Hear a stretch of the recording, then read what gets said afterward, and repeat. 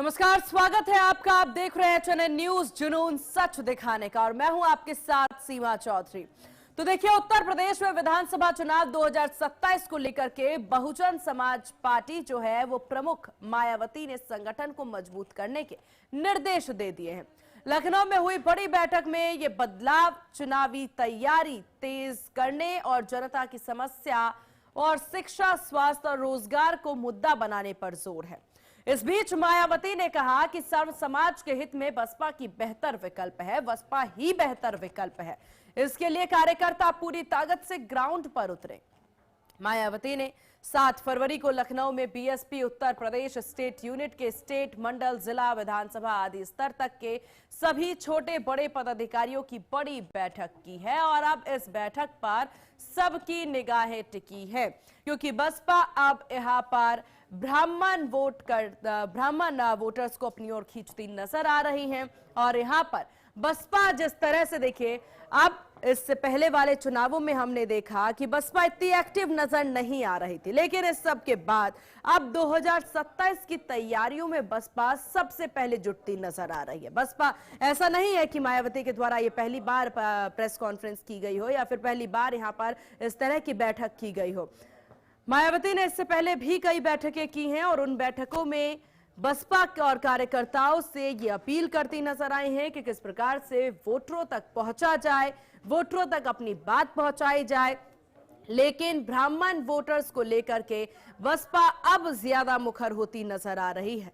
जहां सपा के पीडीए फॉर्मूले को लेकर के भी पूरे प्रदेश में चर्चाएं तेज थी, उस सब के बाद अब बसपा जो कि यहां पर तमाम चीजों को दरकिनार करके अपने वोटर्स को लुभाने के लिए उतर चुकी है। मायावती के द्वारा कहना है और ये बताती वो नजर आ रही हैं कि अभी भी उत्तर प्रदेश की जनता बसपा को ही अपने बेहतरीन उम्मीदवार के तौर पर चुनना चाहती है।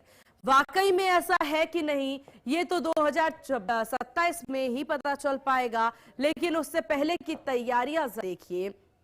यहाँ पर बसपा सुप्रीमो खुद जो है पूरी तैयारी करती नजर आ रही। 2027 विधानसभा चुनाव से पहले ब्राह्मण कार्य करती बसपा 2027 में किस प्रकार से ब्राह्मण कार्ड खेलती नजर आएंगी, उस पर सबकी निगाहें जरूर टिकती नजर आ रही हैं। मायावती के द्वारा यहाँ पर अपने कार्यकर्ताओं से यह अनुरोध किया जा रहा है, अपने कार्यकर्ताओं में जोश भरने का काम वो करती नजर आई हैं।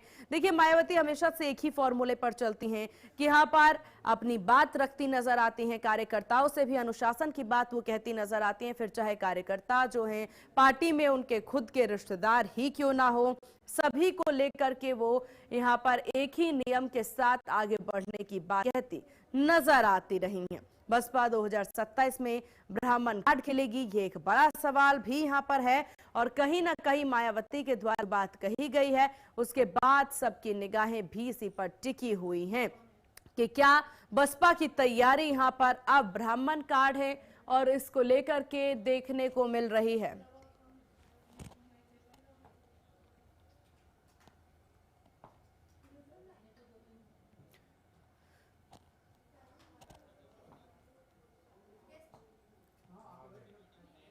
और चलिए इसी पर कर लेते हैं चर्चा की शुरुआत। हमारे साथ रत्नेश मिश्रा, नेता BJP, Arvind Jaitilak, political expert, Vidya Gautam, Dalit चिंतक हमारे साथ बने हुए हैं। आप तीनों मेहमानों का बहुत स्वागत है। रत्नेश जी, शुरुआत आप ही से कर लेते हैं। जिस तरीके से बसपा ने अब तैयारी शुरू कर दी है, माना जाता है हर चुनाव से पहले भाजपा पूरी तैयारी में नजर आ रही है, लेकिन उत्तर प्रदेश की तस्वीर और दिशा तो इस वक्त कुछ और ही कह रही है।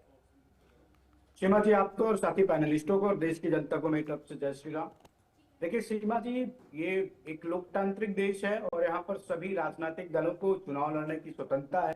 चुनाव के लिए वो जो भी अपनी रणनीतियां बना सकते हैं उसके लिए स्वतंत्र हैं। लेकिन नहीं रत्नेश जी, यहाँ तो कोई नहीं कह रहा कि कोई स्वतंत्र है कि नहीं है। सवाल बस ये है कि बसपा का फॉर्मूला कहीं ना कहीं अब आपसे मिलता जुलता नजर आ रहा है, आपसे पहले तैयारी में है वो। देखिए सीमा जी, हम जब परीक्षा देने जाते हैं तो बहुत सारे छात्र पढ़कर जाते हैं, लेकिन हर कोई टॉपर नहीं होता ना।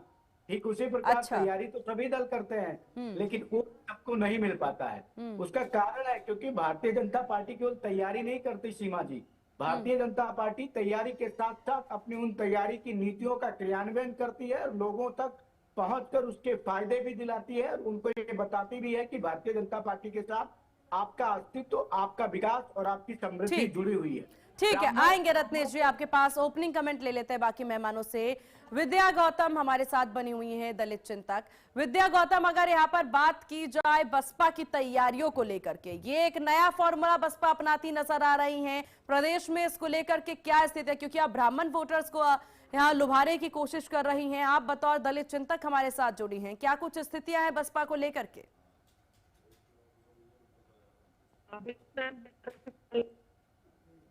पूरा बसपा एक ब्राह्मण कार्ड लेने वाली है और मुझे लग रहा है कि 27 को लेकर के वो बिल्कुल निश्चित होने के कारण विधान मानते वाली बात पंडित गद्दार वो मूवी जो आई घूस को पंडित, तो ये विरोध तो वाजिब अगर दलितों के लिए होता है, ओबीसी के लिए वाजिब ही था, क्योंकि वो एक तो कुल मिलाकर के अरविंद जी, जिस तरीके से उत्तर प्रदेश में देखने को मिल रहा, क्योंकि बसपा हमेशा से और बसपा के जो ज्यादा वोटर रहे हैं वो हम सब समझते हैं और जानते हैं कि पीटीए फॉर्मूला से मिलता जुलता ही रहा है, लेकिन इस वक्त अगर बात प्रदेश में कर ली जाए, बसपा की तैयारी काफी ज्यादा जोरों शोरों से है और जो रणनीति बदलाव यहाँ होता नजर आ रहा है, ये बदलाव कितना सकारात्मक साबित हो सकता है बसपा के लिए? सीमा जी, एक कहावत है कि गुफा में अंधेरा चाहे जितनी हो, किनारे पर रोशनी जरूर होती है। बहुजन समाज पार्टी जो है उसी रोशनी को तलाश रही है। अब ये सवाल उठता है कि क्या 2007 जैसी परिस्थितियां आज है? 20 साल जो है गोमती में पानी बहुत अधिक गुजर चुका है।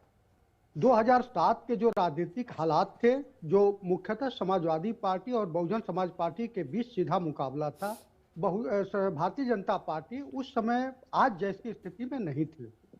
महत्वपूर्ण बात यह भी है कि बहुजन समाज पार्टी के पास उस समय जो कार्डर था, जो जो 22% 23% वोट उनके पास एक मुश्त हुआ करता था, उनके पास जो संगठन था, क्या वह आज है? आप देखिए उसके बाद जो 3-4 चुनाव हुए हैं, चाहे 12 के चुनाव हुए, 17 के हुए, 19 के हुए, 22 के हुए, 24 के हुए, उसमें बहुजन समाज पार्टी का जो है वोट शेयर लगातार घटता हुआ गया है।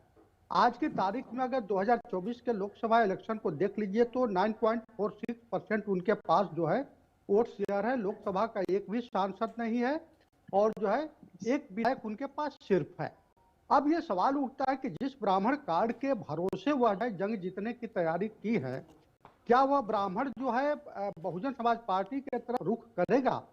आप पिछला चुनाव देख लीजिए 2022 का यूपी विधानसभा का, 89% ब्राह्मणों ने जो है भारतीय जनता पार्टी को वोट किया था। कमोबेश यही लोकसभा चुनाव में भी रही। महत्वपूर्ण बात यह है कि जो गैर जाटो वोट आज की तारीख में आप 2022 देखेंगे तो भाजपा के पास शिफ्ट हो गया और 2024 में उसका बड़ा एक हिस्सा जो है यह इंडिया गठबंधन यानी समाजवादी पार्टी की तरफ गया। तो उन परिस्थितियों में बहुजन समाज पार्टी के लिए एक बड़ी चुनौती होगी कि अपने कार्डर बेस को जो संभाले।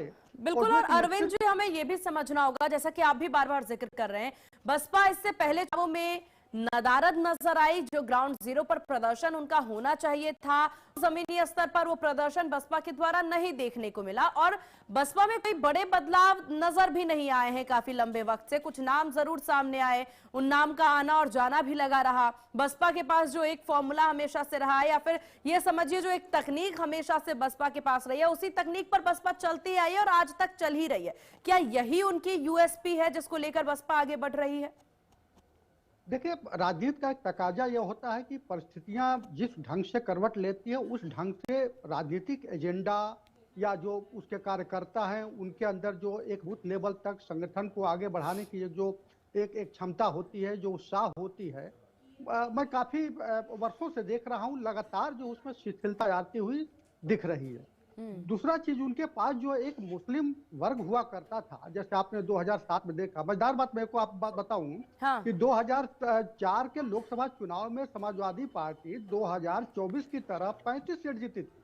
माना जा रहा था कि नहीं, अब समाजवादी पार्टी ही 2007 के इलेक्शन में लौटेगी, लेकिन बसपा लौट आएगी। उसका कारण यह था कि ब्राह्मण समुदाय जो यूपी में 13-14% था उस साथ हो लिया और मुस्लिम वर्ग भी उनके साथ था। लेकिन आज की तारीख में दोनों धड़ा जो है पूरी तरह से बहुजन समाज पार्टी से अलग है। अब देखना यह होगा कि ये बहुजन समाज पार्टी ऐसा क्या जो है एजेंडा अपना सेट करती है कि जो है ब्राह्मणुदा उठ करके जो है इनके शिविर में आ जाए और बिल्कुल। और इस पर निगाहें जरूर टिकी होंगी रत्नेश मिश्रा जी, क्योंकि बीजेपी और बसपा में अगर देखा जाए तो बसपा जो है वो काफी धीमी चलती नजर आई। बाकी चुनावों में भी आपने कुछ खास टक्कर उनकी तरफ से महसूस किया नहीं होगा, या फिर उनका प्रदर्शन बीजेपी को भी इतना खास नहीं लगा, तो सपा को ही मुख्य विपक्षी दल माना गया। लेकिन अब बसपा एक नए अवतार में आने की कोशिश में है। जिन वोटर्स का दावा भाजपा करती नजर आ रही है, उन वोटर्स में सेंधमारी की बात बसपा के द्वारा कही जा रही है। तो चुनाव जीते या नहीं जीते ये तो बात की बात है, लेकिन एक अच्छा खासा वोट बैंक ले जा सकती है बसपा, ये माना जा रहा है अभी। सीमा जी, जैसा कि अभी हमारे साथ के एक पैनल ने कहा कि 2007 की परिस्थितियां अलग थी। 2007 में उस समय के जो समीकरण थे वो अलग थे, और 2027 के समीकरण भी अलग होंगे। 20 साल में केवल गोमती में ही नहीं, गंगा और सरयू नदी में भी बहुत पानी बह गया है, और बहुत सारे मुद्दे ध्वस्त हो गए, बहुत सारी चीजें ध्वस्त हो गई। और ब्राह्मण समुदाय का जो वोट है वो आप अगर पिछले चुनाव को देखें तो अराउंड 90% वोट जो है वो भारतीय जनता पार्टी के पक्ष में पड़ता है। और भारतीय जनता पार्टी के पक्ष में इसलिए पड़ता है क्योंकि ब्राह्मण समाज जो है सीमा जी, वो सदैव मजबूत नेतृत्व का पक्षधर रहा है, और वो मजबूत नेतृत्व ना तो बसपा दे पाई, ना तो कांग्रेस दे पाई, और वही नेतृत्व देने की कोशिश है रत्नेश जी, ये भूलिएगा मत, उसी नेतृत्व की कोशिश करती बसपा नजर आ रही है। आप दोनों मेहमान हमारे साथ बने रहिएगा, आएंगे चर्चा फिर से करेंगे इस पर विस्तार से, लेकिन यहाँ रुकेंगे एक बहुत छोटे से ब्रेक के लिए, जल्द हाजिर होंगे। देखते रहिए आप HNN न्यूज, जुनून सच दिखाने का।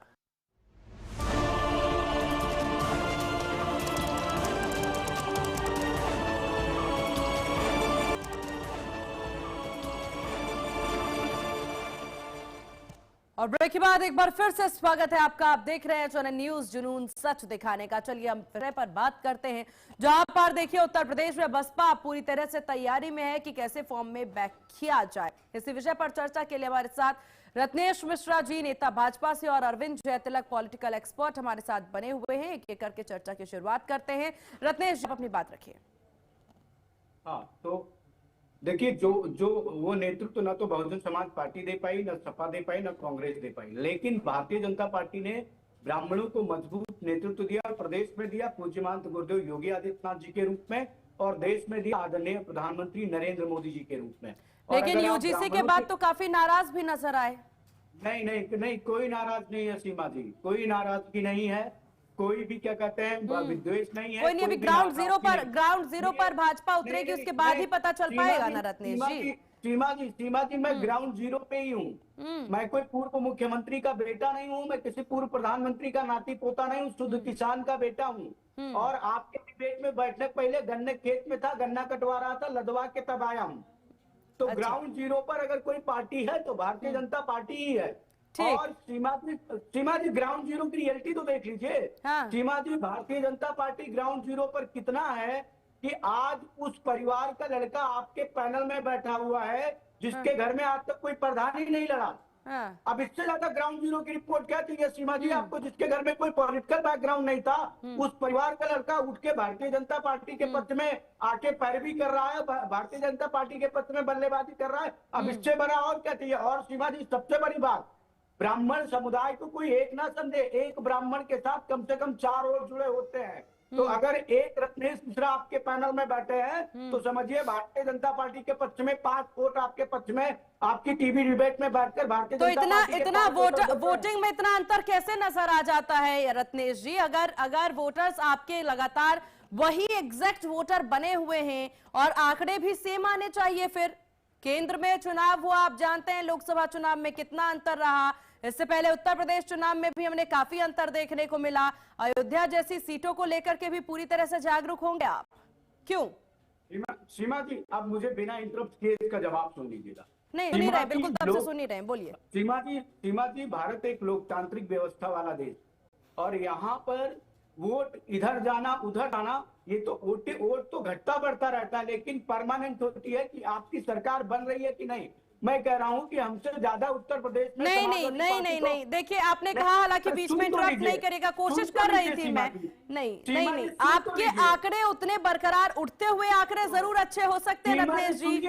इसका नहीं, इसका मतलब है कि आपके वोटर्स ऑप्शंस ढूंढ रहे हैं। सीमा जी सुनिए तो कंप्लीट कर लूं, थोड़ा सा 10 सेकंड दे दीजिए। नहीं, हाँ सुनिए।